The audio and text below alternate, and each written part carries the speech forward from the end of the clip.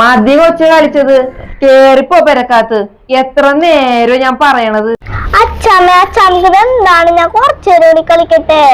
വേണ്ട, മതി കളിച്ചത്. കേറിപ്പോയ പെരക്കാത്ത്. ഞാനിപ്പോഴൊന്നും കേറൂല, ഞാൻ കുറച്ചേരം കൂടി കളിക്കും. ഓ, ഇതൊന്നും ഒരു അനുസരണ ഇല്ലല്ല. എന്താണമ്മേ? എന്താന്നാ കൊറേ നേരം ഞാൻ പറഞ്ഞത് കളിച്ചത് മതി പെരക്കാത്തോട്ട് പോവാൻ. കേക്കണ്ടേ? ഒരു അനുസരണ ഇല്ല. അതെങ്ങനെ? നിന്റെ അല്ലേ മോള്, അനുസരണക്കേടല്ലേ കാണിക്കുള്ളൂ. ഞാൻ എന്തെങ്കിലും പറഞ്ഞത് ഇത്രയും നാക്കാണ് നിനക്ക്.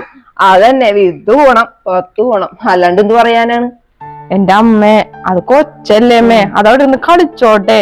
അമ്മ ഇങ്ങനെയൊന്നും പറയല്ലേ. എങ്കിൽ നീ നോക്ക്, ഞാൻ പോണ്.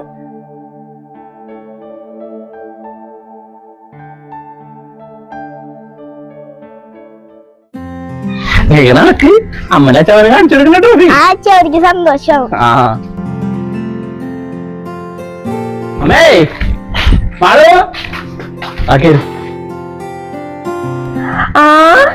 ഇതെന്താണ്? സമ്മാനം കിട്ടിയ അച്ഛവിടെ പോക്ക്? അച്ഛമ്മ എനിക്ക് സമ്മാനം കിട്ടി. ആഹാ, ഡ്രോയിങ്ങിനാണല്ല, ഫസ്റ്റ് പ്രൈസ് ആണല്ലോ കിട്ടിയേക്കണത്. അച്ഛന്റെ മോള് തന്നെ. അച്ഛനെ പഠിക്കാൻ പോണ കാലത്തേക്ക് ഒരുപാട് വരക്കുമായിരുന്നു. കുറെ പ്രൈസ് ഒക്കെ കിട്ടിയതാ. അമ്മായിക്കും അങ്ങനെയാണ്. ഇഷ്ടമാതിരി വരച്ച് ദൂരം പ്രൈസ് കിട്ടിയേക്കണേ.